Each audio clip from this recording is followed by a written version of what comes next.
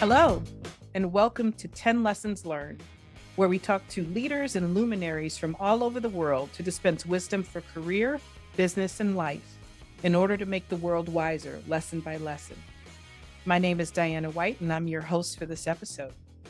Our guest today is Dr. Beverly Browning.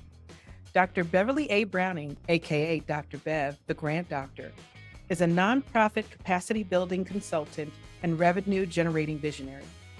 Dr. Bev and her team have helped her clients win over $750 million in grant awards. She has been researching grant funding, grant making trends, and board related barriers to nonprofit capacity building for over 47 years. Dr. Bev is the founder and director of the Grant Writing Training Foundation and Bev Browning LLC.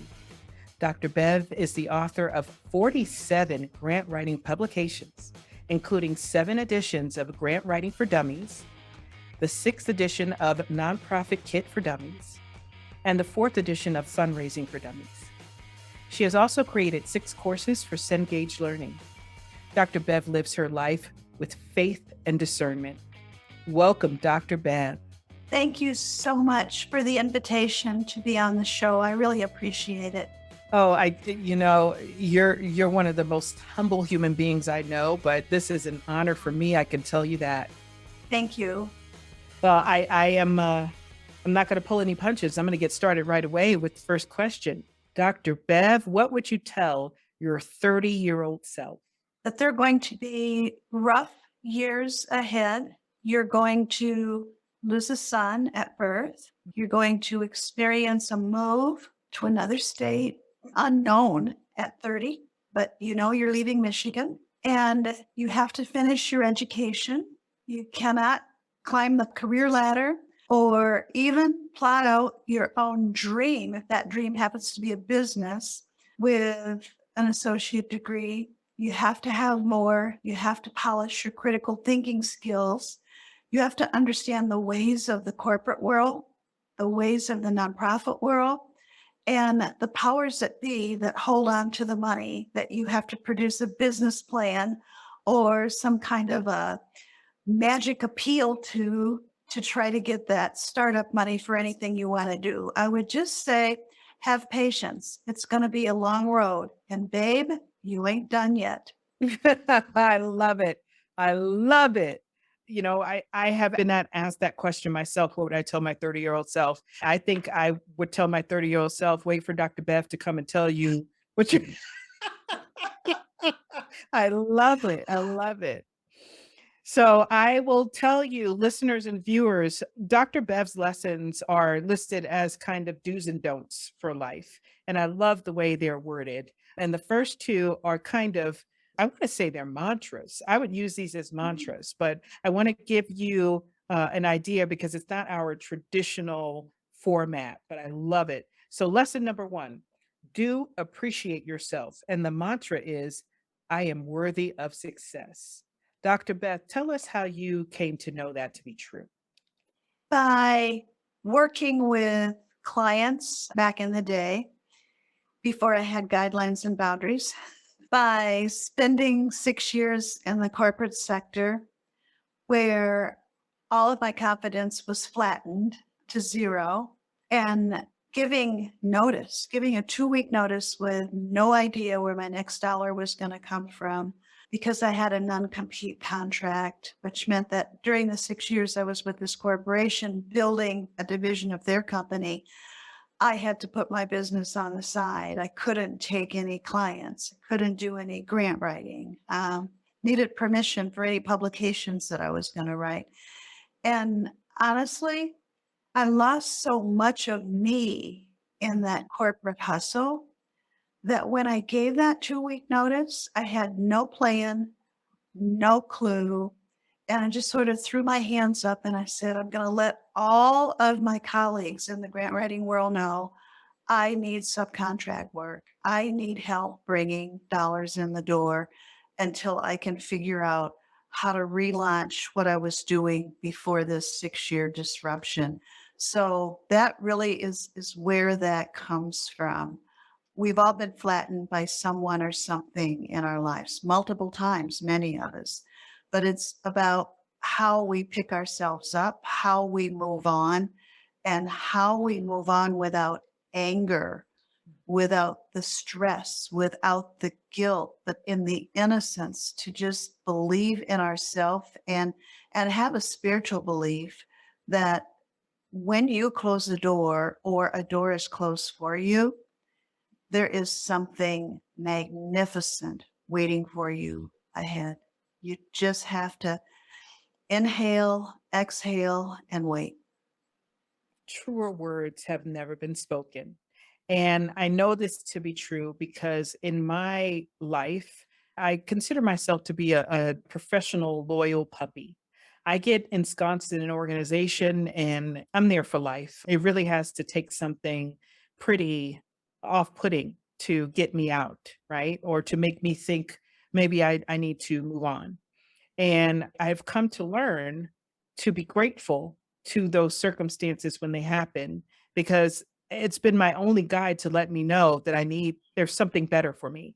And so anytime I've had situations where the work environment hasn't been the happiest it could be, and I know it's time for me to make a move, I will look back upon and think of the leadership fondly, very fondly, Mhm. because without that agitation, I wouldn't be at this next level.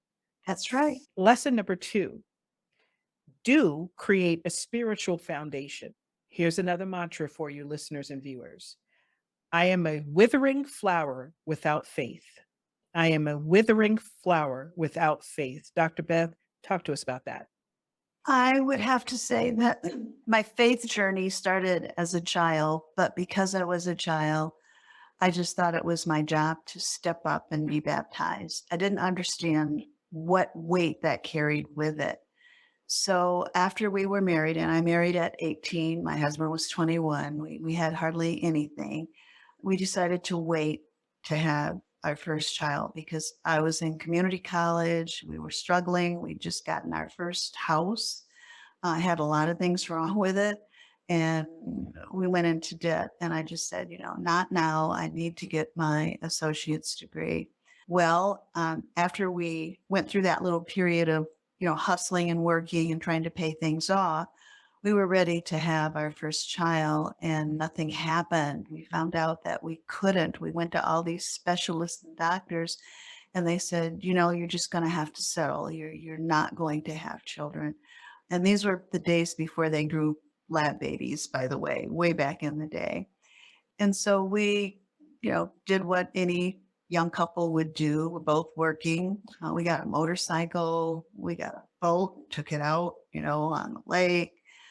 And about that time, my mom, who did not raise me, but we had a good relationship, she said, I want to go to church, and there's a church across the street from my house, but it's a Catholic church. And in order to join it, you have to take catechism classes. Mm.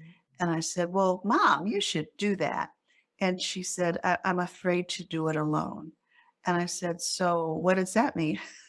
And she says, I want you to go with me. And I said, you want me to change from being Baptist to convert to Catholicism?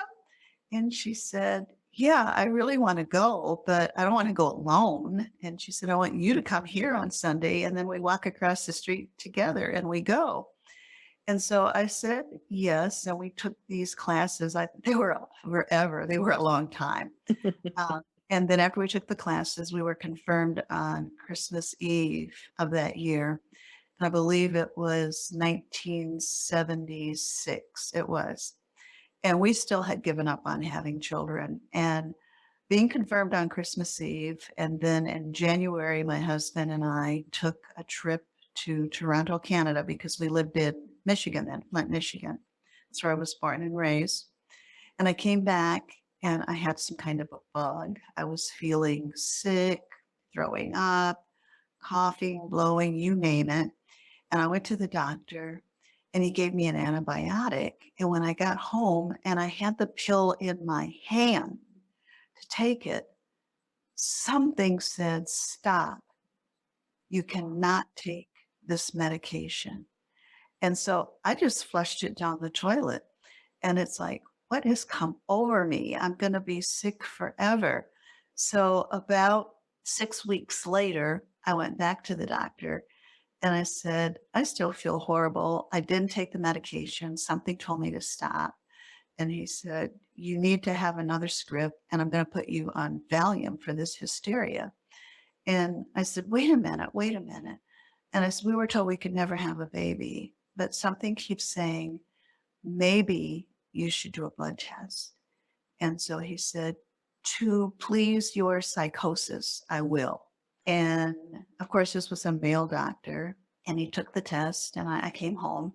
And then I got this call, and he said, I'm so grateful you flushed those pills down the toilet and that you refused to take antipsychotic medication the last time you were in the office. He said, you are pregnant. Congratulations. And I just associated that with giving my life to Christ in the Catholic Church along with my mom. And I'll never forget that. I have chills. I have chills. And viewers and listeners, we love sending these lessons to younger generations that are still trying to find their way so you don't have to go through the hardships that we went through. And a lot of things over the years have gotten better, right? But one thing that is still true is that you have to be your own health advocate. Yes. Even if you don't know, even if you would say, well, they're the ones that went to med school. I'm going to put it in their hands. Ask questions. If something doesn't feel right, whatever you believe in, if you believe in your own self, your gut instinct is telling you something. If you're a spiritual person, God is telling you something. Listen to it and ask the question and be brave, like Dr. Bev. Say, I'm not taking these meds until I get further testing. That is absolutely an amazing story. I mean, if you're a spiritual person, you see how it all aligns and how it makes sense Mhm. and how you were being protected. Okay, lesson number 3, Dr. Bev, here we go. Do not be hard on yourself when you make mistakes. Mistakes fuel patience and do-overs. So where has this manifested itself in your life, Dr. Bev? Making mistakes all of my life, listening to other people tell me I couldn't do things, or, how would this look in the community? Or people expect better of you, or why would you leave a good job that you could have worked on for 30 years and had a retirement to go out and launch your own business? Foolish, foolish woman. Don't you think if it were possible to make a living being a grant writer 40 hours a week, that we all would have done it? We're all veteran, experienced grant writers. You're going to go broke. You're not going to be successful. And I was in a meeting of a group, Genesee County group of grant writers in Flint, Michigan.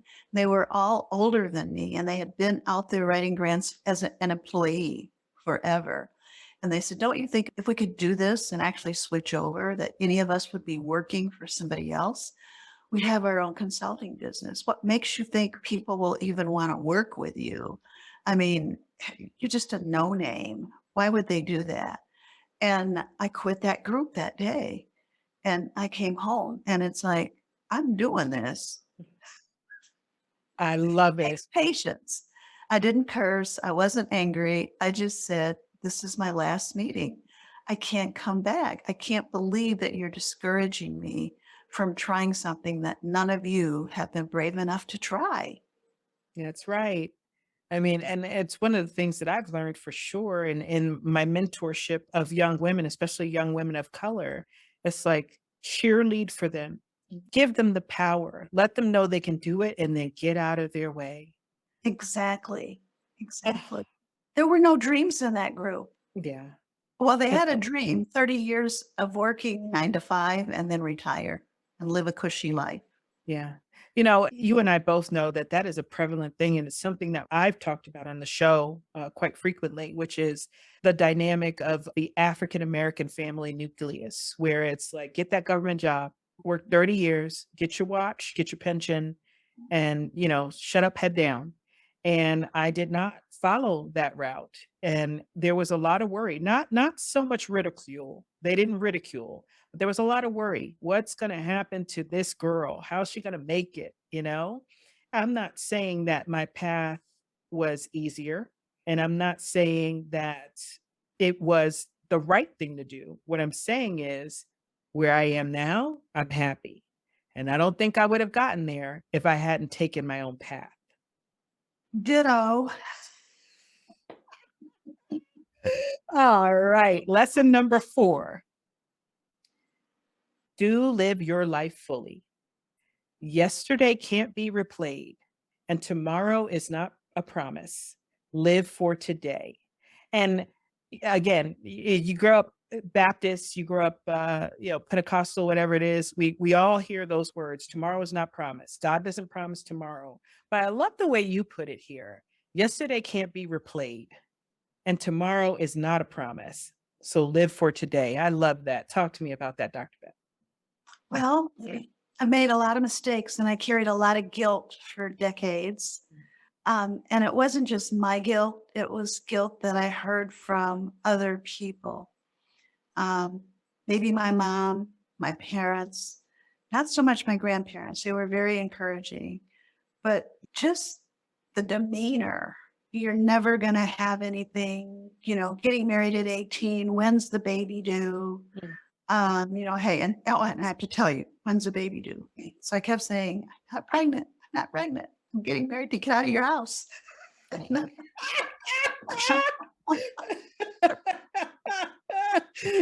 This is not shotgun. It's an escape. It's an escape. It's a prison break. Yeah. So 12 years later, when I gave birth to our daughter and my parents came to the hospital, and I said, how does this 12-year baby look? I love it. Oh, and then I don't know about you, but in my experience, I had my daughter young. I was 22 and I wasn't married. And my entire pregnancy was, disaster upon the family, shame upon the family. Oh, what are you going to do? How are you going to get ahead? And then as soon as this little brown bundle of joy came, it was like, get out of the way, girl. Give me my grandbaby, give me my big, where's that baby? And I said to my mom at one point, just a little tongue in cheek, I said, all this love that you're pouring on this baby, which I am so grateful for. If you would have sent a sliver of that my way when I was pregnant, maybe I don't know. Maybe I would have been a little bit mentally stable, a little bit happier in my pregnancy and what I was going through. And it's always fascinating to see how when something happens that the family doesn't agree with, and especially if it's around birth or a child, that the mom to be is carrying a lot of weight on their shoulders. And then as soon as the baby comes, everybody forgets the things that they said or the things that they thought, because this new life is bringing joy into everybody's world. So we have some things in common, but we also have differences. My parents never acted excited when my daughter was born. In fact, the day they came to the hospital to see her, they informed me that after 31 years of marriage, they had filed for divorce. Oh my Like the goodness. first 5 minutes in the door in my room on postpartum, they announced that they were getting a divorce before the nurse even rolled in the isolate with the baby. So like the mood went from excitement and balloons in the air and flowers all over to everything kind of being popped Oh my and the goodness. sun going down. And it's like, oh my God, she was born into a dysfunctional family. No, she was born into love. Yeah, our Grandparents love, are figuring it out. our Grandparents are love. figuring it out, but your Yeah, love for sure, for sure. definitely. Yeah, the parents never fought over who was gonna get to see her, who was gonna keep her. It was like begging, can you just watch her so I can take a class? I'm Mm. still in college. Please help me out. So I remember that, and it's changed my whole demeanor. I don't want to be that generation that passes down bitterness and Mm. craziness to the next generation. Oh, listeners and viewers, I think we just got a free lesson. We got a free lesson. That is not part of the 10 lessons. Let's take that lesson into heart. Don't pass down that trauma to the next generation. No, There's no need for it. no. Oh, goodness gracious. Lesson number 5. Do celebrate yourself. Pat yourself on the back. Create big picture plans or incentives to celebrate your life. Now, I want your take on this because I'm a believer in this as well. But I'm a tadpole practicing this, and you are experienced and have practiced this for a while. Tell me, does it work? Does it get better? Tell It me. gets better if you can take the guilt and put it in a box and tape it up with packing tape and then lock it in a drawer and then forget where you put the key. When I first started doing that, making me feel good and stop taking care of others first, I felt guilty in the beginning. Like, how can I deserve, ordering a couple of new pieces online that were marked down by 75% when I could have done this for this person or I could have done that for that person. But then I felt so special because I was treating me. So I just want to say this. No one else buys me fresh flowers every week. I buy them for myself. And I'll be married 56 years in December. My husband has multiple health issues and memory issues. Mm. So he's not going to remember that, last year was our 55th anniversary and that was special for me. But I remembered and I bought myself an anniversary ring. This year I took on a hard project, a project that I needed a whole team to help finish because it was so difficult. And it just happened last month. But I made up my mind if I took it because it was blood, sweat, and tears kind of a project. Drove me crazy, but it got submitted. That I was going to treat myself to something for all the stress and anxiety, late nights, early mornings, middle of the night calls, you name it, from the project team. And I went out and I bought another ring to fit under my anniversary ring. And the first ring I bought, I went in with the Kmart blue light special mindset. I said to the jeweler, I want the cheapest plain band you have. And he gave me that, and it was cheap. And I mean, really cheap. I probably could have gotten it out of a bubblegum machine or something. Uh, and I came home and I put it on under my anniversary ring, and I kept looking at it. And I was so disappointed in me for settling. So I promised to wear it for 2 days to see if I loved it after 2 days. And after the second day, it was troubling. I didn't even want it on my finger. And I thought, what can I do? So I got the receipt and I went back and I walked in the store and I said, I was here 2 days ago and I bought based on price, but I'm better than that. And I want to see something that makes me feel like a princess. And I'm not worried about the price because God will send me another project soon and I'll take care of it. And so they went right to the cabinet and and he said, this is the one you tried on before that you loved. But when I told you the price, you asked if there was a chair nearby because you felt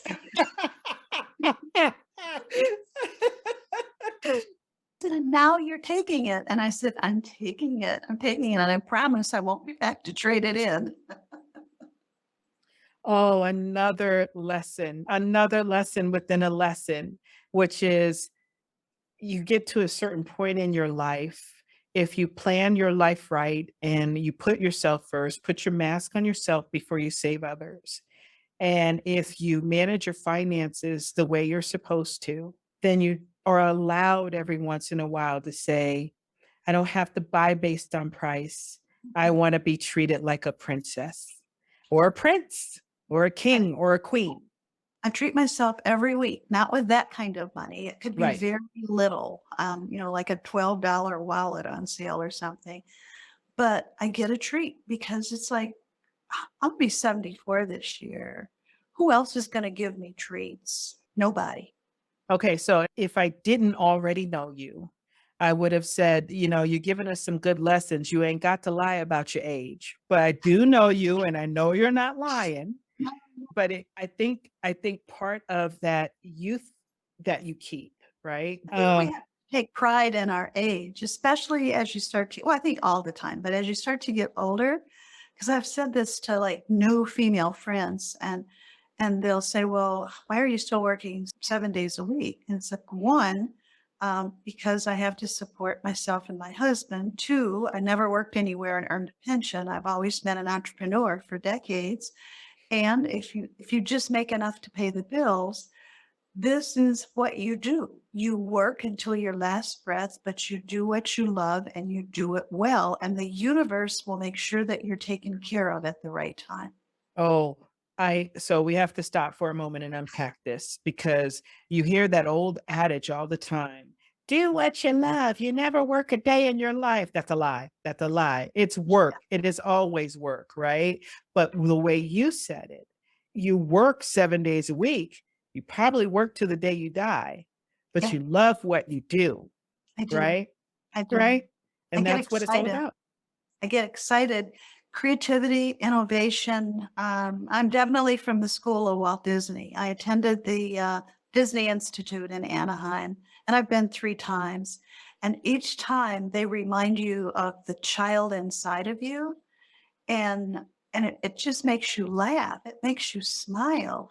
It makes you appreciate silliness, and it's okay to cry. It's okay to laugh. It's okay to do all of those things. We have too many rules that try to put us in these little boxes. And, honestly, as a culture and an ethnicity, we left those boxes behind us, Mm. but other people kept trying to put us in those boxes. Well, our job is to push out the walls, knock off the top, kick off the bottom, and just do what we want to do.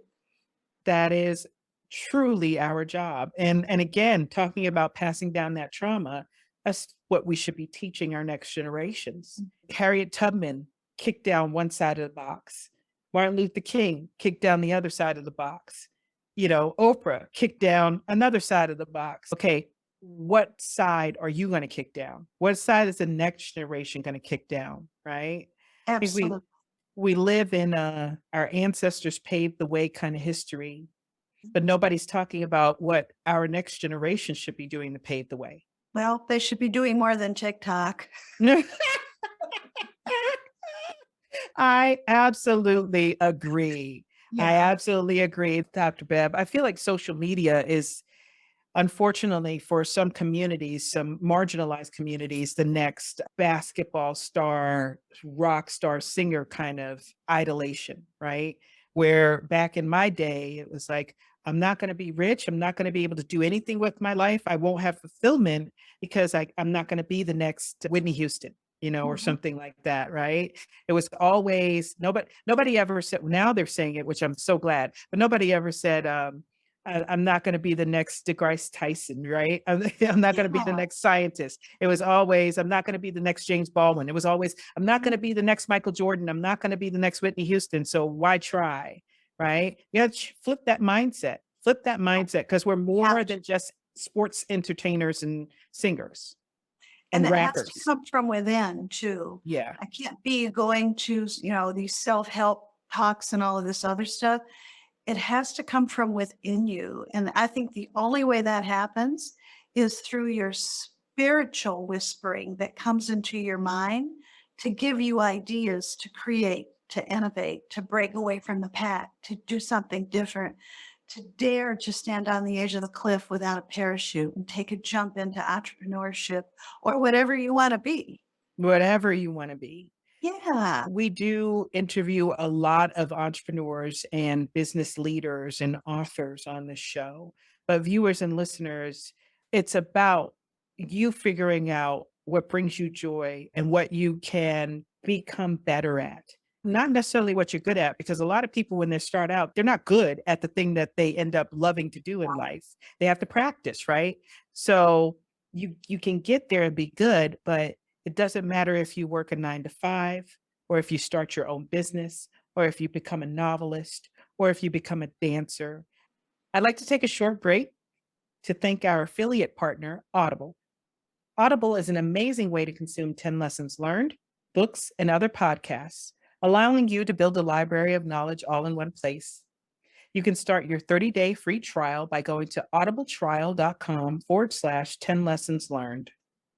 With Audible, you can find your favorite lesson while at home or on the go. Once again, that's audibletrial.com/10 lessons learned, all lowercase, for a free 30-day trial. The link will be in the show notes. Let's welcome back Dr. Bev and continue with lesson number 6. Lesson number 6, don't beat yourself up over mistakes.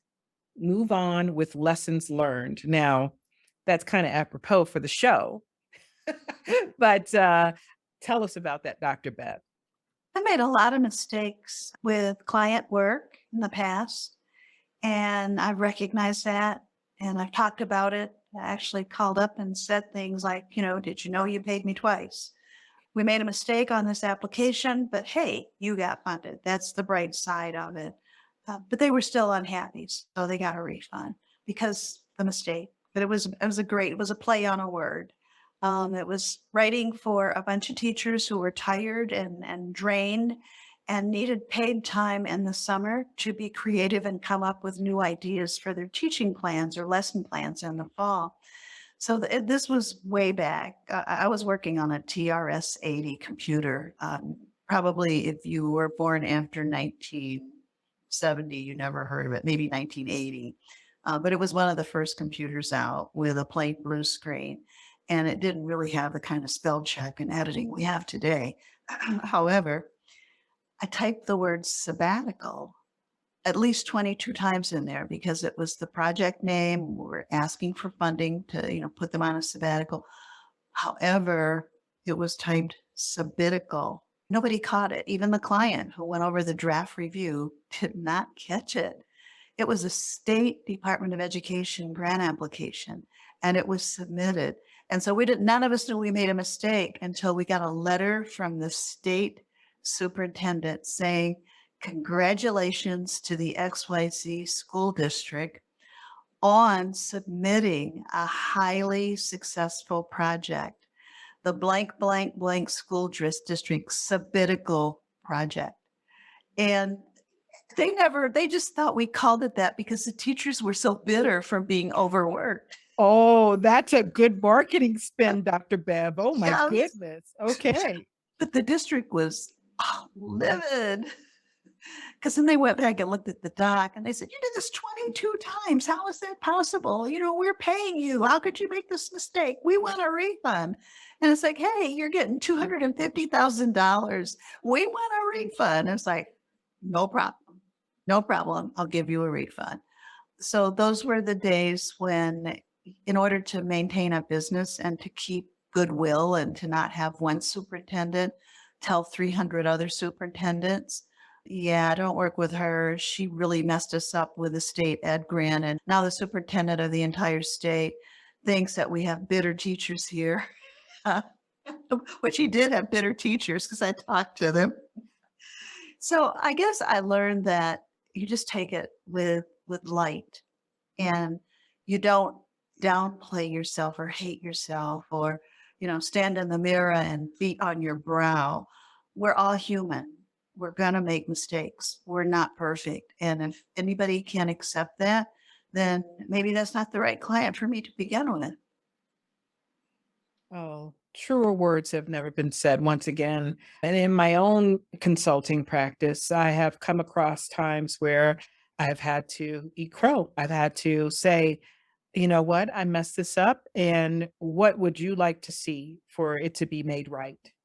And I think it starts with just authenticity of owning the mistake and being fully transparent. So many times we're so afraid of the ramifications that we run or we lie or we cover. Yes. And that causes more harm than good, not just for the relationship, but in your own psyche.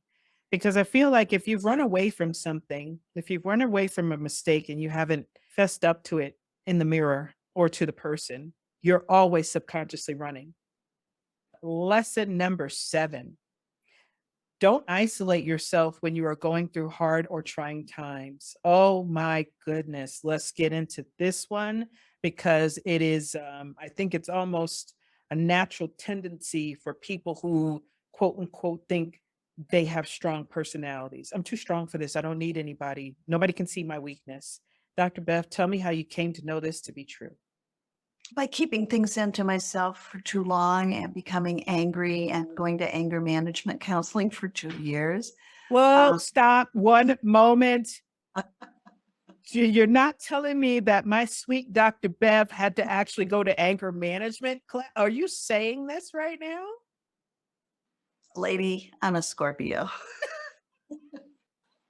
smiling on the outside and planning the demise on the inside. Oh my goodness. Oh my goodness. That's amazing. Okay, continue, Dr. Bev. I apologize. There are two sides to me, I and see. I have to get control over the angry side. I see. I see. Well, good Yeah. job. Good job. Well done. Yeah, I went to Christian counseling for 2 years to understand how not to be angry and to, here's what I left with: peace and joy. Mm, The only way to put out the fires of anger is to focus on what brings you peace and joy and do those things. And if you have to do something out of love or whatever that's not bringing you peace and joy, remember it's only a moment in time. oh, agreed. Agreed. All right. Lesson number 8. And this is short and sweet, but powerful. Lesson number 8, don't give up ever. Take it away, Dr. Beth. There's always going to be naysayers that tell you all the things you can't do, all the places you can't go, all the things you can't have, all the neighborhoods and communities and houses you can't live in because you're just this little bitty person and you can't move the powers that be. Well, you know what? We don't have to move anything. All we have to do is put it to prayer, speak it, and it happens. It happens. Even if we don't speak it, there are times when I want something and I have no idea how I'm going to get it. I write it down on an index card and I just open the Bible any place and put that index card in there and close it. I never even remember how many cards I have in there at any given time. But I do know that at the end of the year, typically we don't go out or anything on New Year's Eve or New Year's Day. So I open that Bible up after a whole year of putting index cards in there and I start looking at them and I see everything has come to being. It's come to fruition. The thoughts have turned into real actions without me even realizing this was what I asked for. This was what I needed help in. This is where I wanted to be. I used to complain because when I was working differently, I don't travel now, I do everything virtually. But when I was working differently, I used to be on a plane 35, 40 times a year. And I used to hate running through airports, going all over the world and the country, United States, training people, teaching people, all of that just to bring a check back home. What I didn't know was that at a certain time in our marriage, my husband wouldn't be able to travel anymore because of his health. And I would need to become his caretaker to make sure that he's okay, to do things for him. So I don't leave him overnight. And I have a hard time of that to go out for a day. But just think all the times that I regretted getting on those planes, trains, and buses. I saw states, I saw rural areas, I saw urban areas. I met hundreds of people at every location. I made friends. I made extended family members. I got to go across the ocean and work in Africa and see that. I've been to Canada, I've been to Mexico, I've been to the Bahamas, all in the name of work.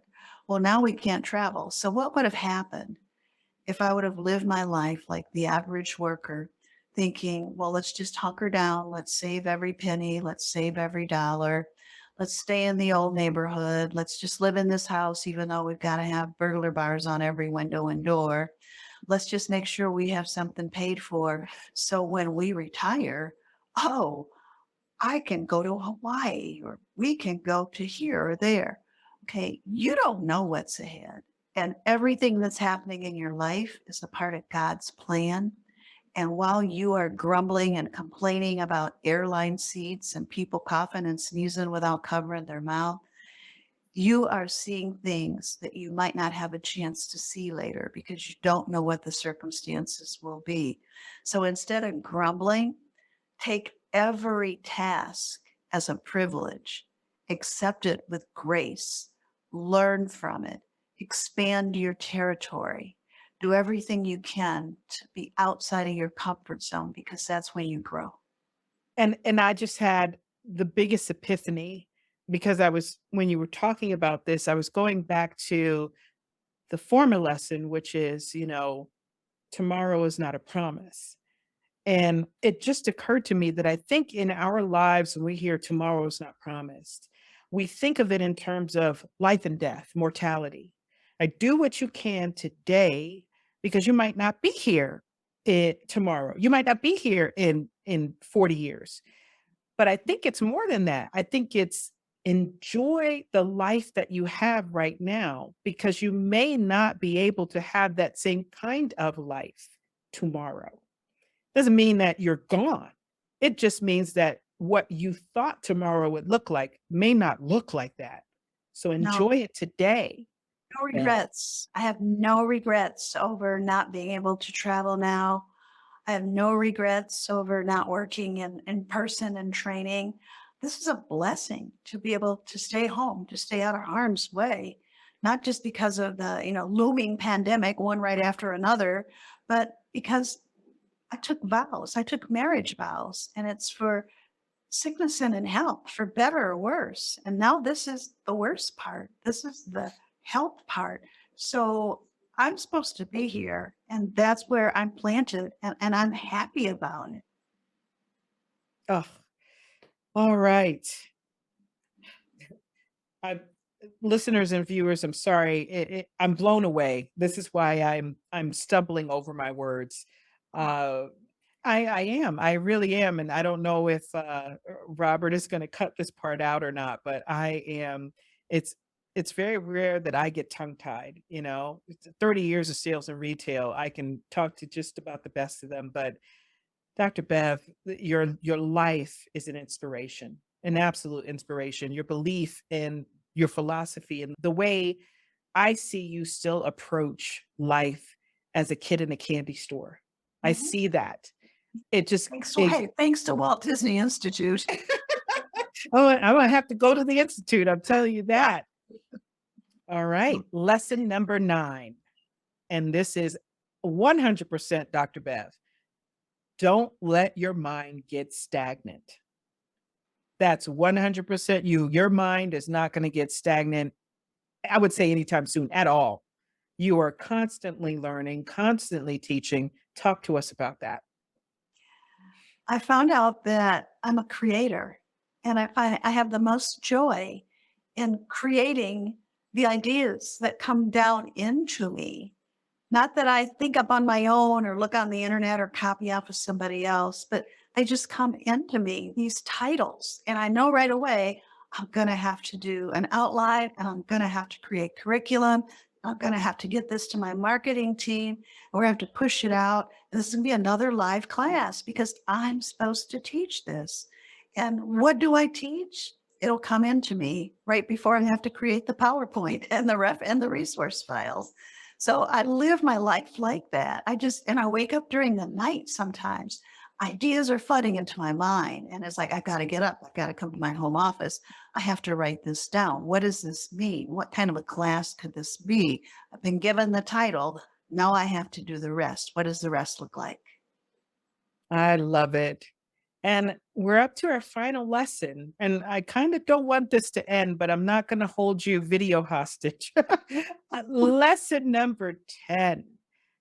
Don't let your health decline. And we've talked about the ramifications of growing older and health uh, throughout the episode, but give us some words of wisdom and advice on that, Dr. Beth. Over the years, rushing around the country and the world, jumping in and out of other people's vehicles and super shuttle vans and everything else, I've taken my share of falls, tripping, being tired, trying to drag luggage early in the morning, 4 a.m., got to get to the airport for a 6 a.m. flight. I've fallen and I've ignored even following up to see if anything was fractured, if anything is out of place, all of the above. Well, now I have a lot of specialists and I get shots in my knees. Mm. So I think back of all the times if I could have just stopped when the plane landed and come home and put my suitcase aside and called a doctor or gone to urgent care or gone to the emergency room to get some x-rays, I would have known then that those falls were the beginning of osteoarthritis and likely would have been able to do something preventative. But once you have it, you live with the pain. You live with the pain of the cortisone injections, the gel injections when you no longer have fluid between the bones. And I think about that. I could have stopped. I could have taken care of my body when it was sending me signals, moving too fast, moving while sleeping, all of that stuff. But I didn't. I was just in a hurry to get on to the next, next destination, the next paycheck. My older self was not like that. If I wake up, I got put on a new blood pressure medication a few weeks ago. And the first night I woke up with these strange pains behind my right eye. Right then and there, I am sending a message to my primary. I am having strange pains behind my eye. I think this is a side effect. I'm not taking this medication. You need to come up with something in a hurry. I never would have done that 10 years ago. I would have just pushed it off and said, oh, it's a headache. I'll take a Tylenol and keep going. And I think also too, listeners and viewers, that is another unfortunate side effect, if you will, of being an entrepreneur or a solopreneur. I mean, it's all on you. Go, go, go, go, go. And I can't stop for this little tummy ache. I can't stop for this tickle in my throat. I can't stop for this migraine that comes every once in a while. Stop, stop. Because if something is wrong and you can be proactive about it, again, you can't go back in time. No, you can't change what you didn't take care of. Mm-hmm. Can't change with another free lesson. Dr. Bev, stop giving them away. I love it. I love it. All right. Well, we are done with your lessons. And I tell you what, this has been an amazing episode, but I've got one more question for you. Okay. What have you had to unlearn? Self-criticism, hearing other people's voices, negative words in my mind, like stupid, dumb, you don't know anything, you can't do anything, you're never going to be anything. I've had to unlearn that those voices are just tricks that are still in my brain because I believed what people said when they said that I would never be anybody, never do anything, all of those things. You'll never be a writer. You belong in remedial English in community college, and that's what you're going to take. And I was insulted. I cried. Being a remedial class, it was horrible. But it's okay. Because if those people were still alive today, and I don't know if they are, because they were much older at the time they taught me in college, I wish they could see how their words affect the people that they talk to. And it takes a very strong person to throw those words over their shoulder and just move forward. They have an expression. Sometimes it only takes one person to believe in you. Mm-hmm. That expression is very powerful, but it's sometimes hurtful when you know for a fact that there really is only one person that believes in you. Like it's not just that one person. Right. Yeah. But it's sad because a lot of us, when I say us, I mean marginalized groups, we're lucky if we are given that one person. Mm-hmm. Lucky. So, Dr. Bev, this has been life-changing for me, but I knew it would be. And let us know, what projects are you working on? Where can we find you? What are you You doing? can find me on LinkedIn under my Hey. profile. That's the best way to reach out to me. I'm trying to build my connections so I get more perks from LinkedIn. I'm almost at 20,000 and I love it. My marketing team works on it 5 days a week, building the connections in the nonprofit world, the foundation world, the government world. So the best way to reach me is on LinkedIn. You can also look at my website, bevbrowning.com. Definitely encourage you to figure out what you want to be, because just because somebody else planned your career for you, it doesn't mean it's the one you love. You can always change over. You can always do what you want to do.